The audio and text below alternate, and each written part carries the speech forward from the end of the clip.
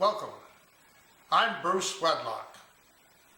Woodworkers building boxes hide the end grain of the sides by simply cross-cutting the side ends with a saw blade angle of 45 degrees. In practice, the result is never perfect because it is impossible to easily set the saw blade to exactly 45 degrees. There is always a tiny error. After cutting 8 miters, this error is multiplied by 8, resulting in joints with unsightly small gaps. Corrections can be made by test cuts to adjust the blade angle to 45 degrees or sanding and planing some of the miters to reduce the gaps. Both involve substantial and unnecessary production time. These boxes were mitered with the saw blade set at 46 degrees using a digital angle gauge. The box on the left was mitered in the conventional manner, all cuts horizontal.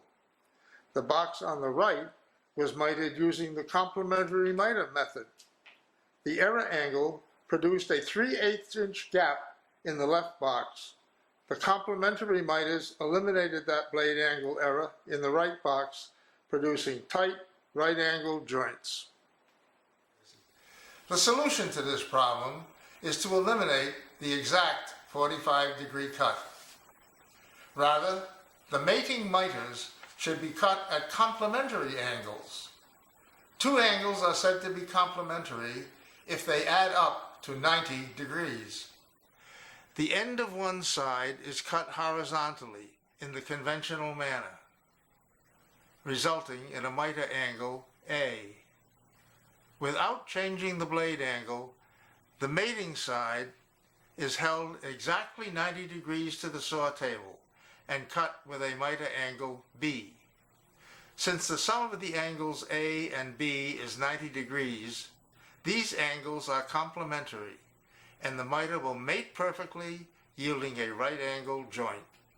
This box is an example of using complementary miters.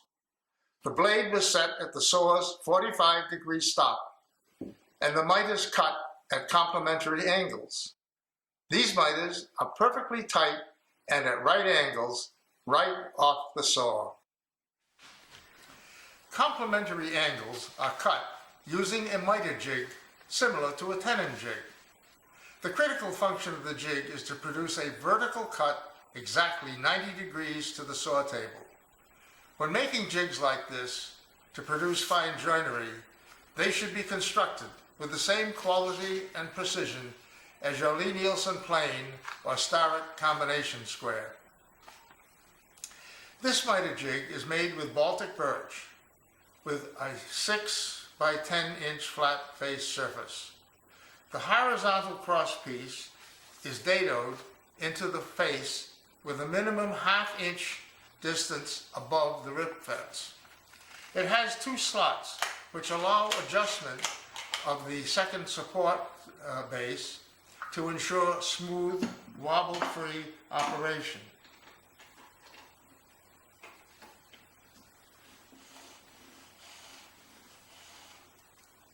A 3/4 inch square piece is added to the second support base to prevent it catching in the saw blade's miter slot. And a second 3/4 inch piece is with an 1/8 inch square rabbet to trap chips, provides the jig's vertical fence. P150 sandpaper is attached to reduce slippage. A dovetail slot is cut in the face as well to provide clamping of the stock. The critical issue in this jig's construction is that the face must be exactly 90 degrees to the saw table.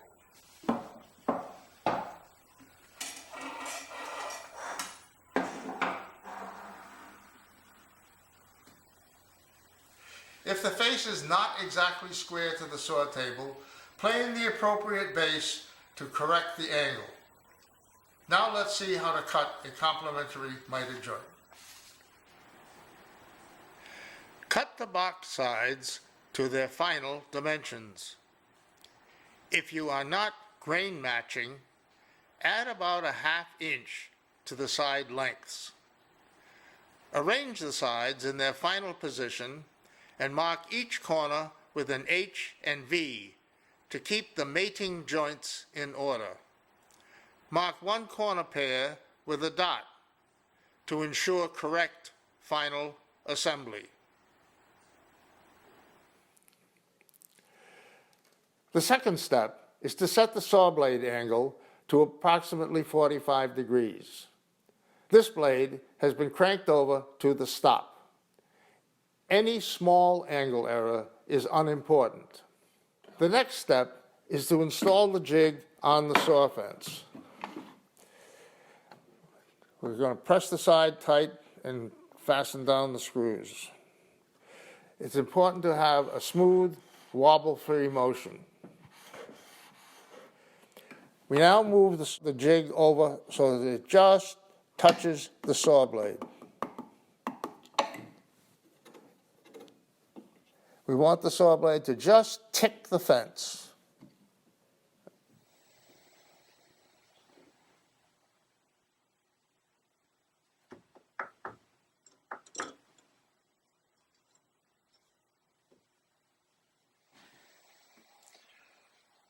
Clamp the vertical side cuts in the jig.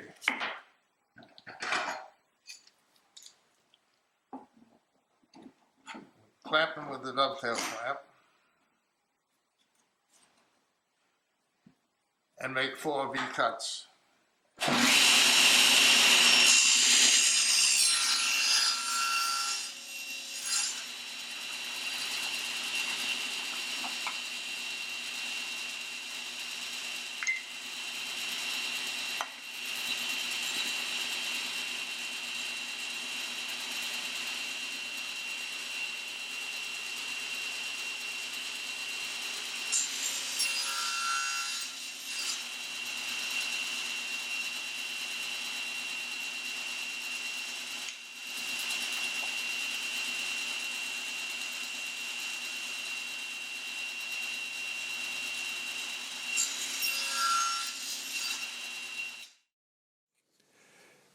The horizontal cuts are best made with a crosscut sled and a stop block to ensure equal lengths, but a miter gauge can also be used.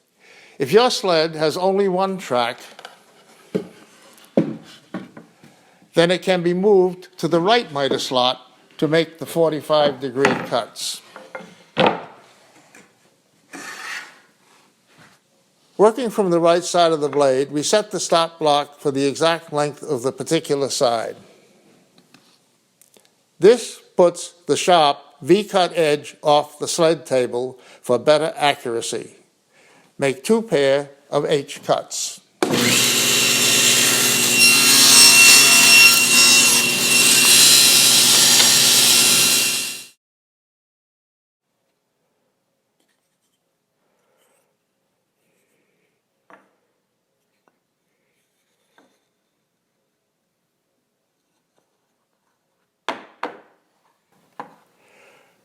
We now have a mitered box with perfect joints.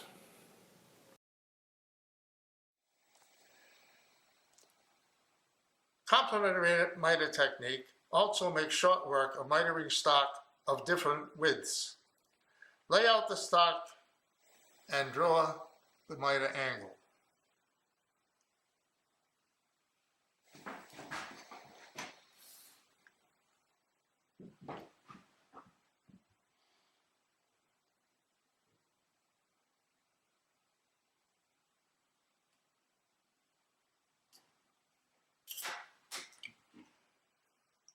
Using a bevel gauge, we'll transfer this angle to the saw blade.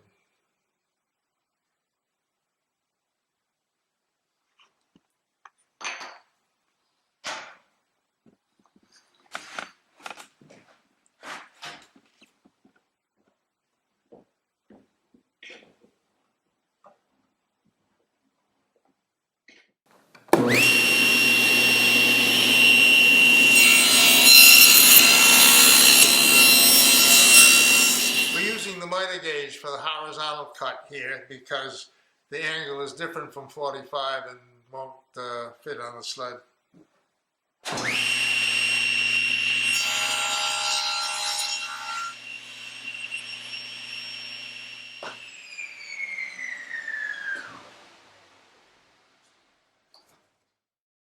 And now we have a perfect angle between stock of different widths. Complementary miters can also be used for any polygonal box. The jig face angle just needs to be set relative to the saw table exactly to the miter angle required for the polygon.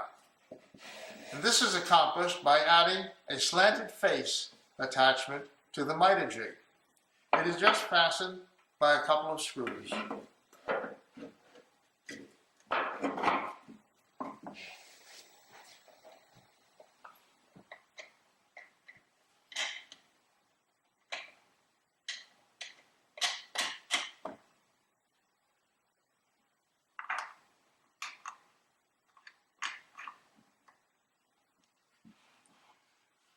Horizontal and vertical cuts are made in exactly the same manner.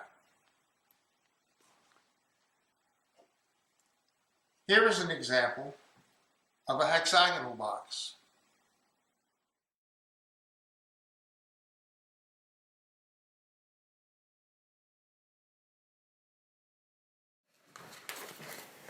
Where's the error? The complementary miter corrects for the saw blade's angle error. But if the saw blade is not 45 degrees, where does this error go? It transfers to different lengths of the miters.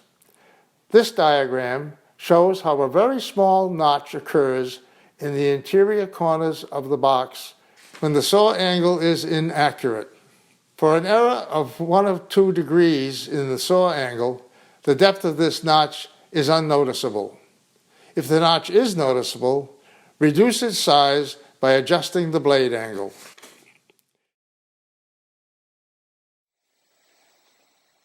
We've demonstrated how the complementary angle technique produces miters that mate perfectly for any polygonal box. By eliminating the need for an accurate saw blade angle or tedious joint trimming, perfect mitered boxes can be made very quickly. I hope you've enjoyed this presentation and will try making complementary miters soon.